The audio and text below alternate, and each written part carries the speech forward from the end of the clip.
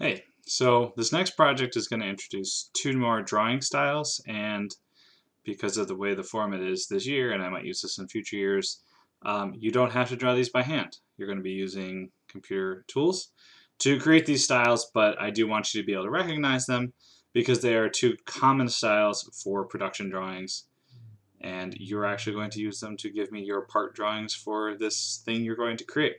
So let's get into designing the object, and we'll continue on through various videos from there.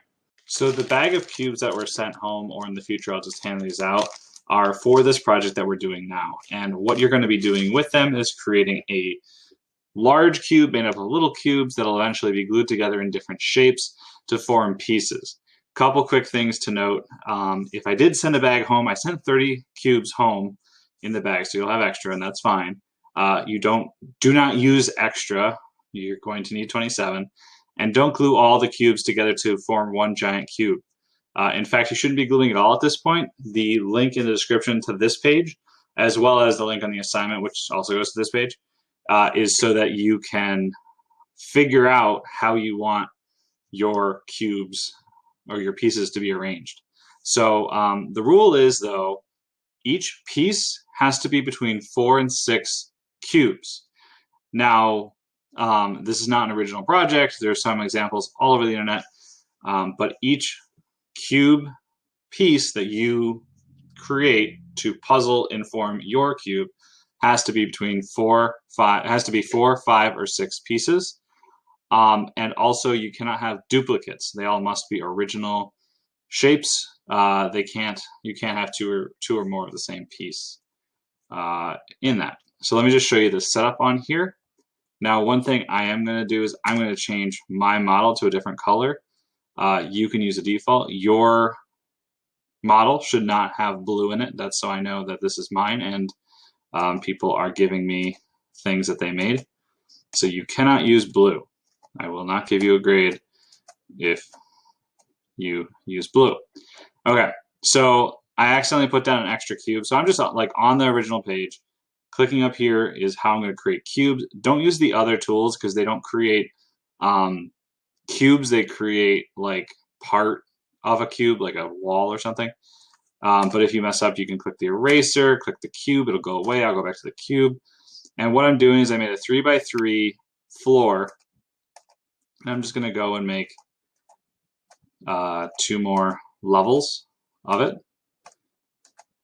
And I am using a trackpad, which a lot of you might be using, so I do know it is a little funky. Just make sure it is where you want it before you click.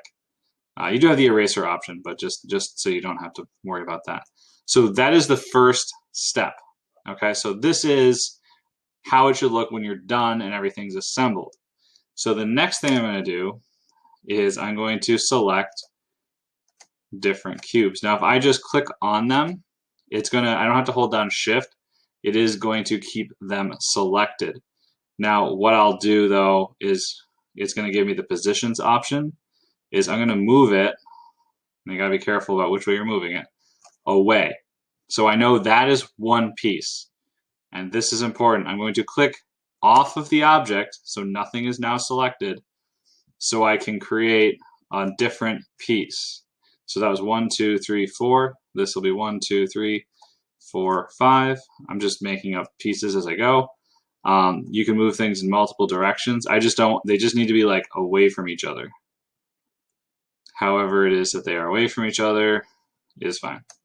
Now, if you're trying to get a different look at this, you can go to Inspect and actually rotate the whole document. Now, if you see a floating cube somewhere, you're going to have to reset and possibly start over. So what can happen, let's just say I was doing this and for some reason I didn't realize that that wasn't connected, and this happens. So wherever that was, I don't know, it's somewhere in the cube.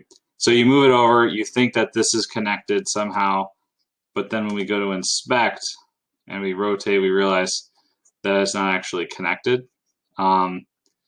You'll have to go back and restart. So another thing to note when you're bringing pieces off of this, you can bring things that don't actually work. So, for example, if I made this piece, yeah, something like this.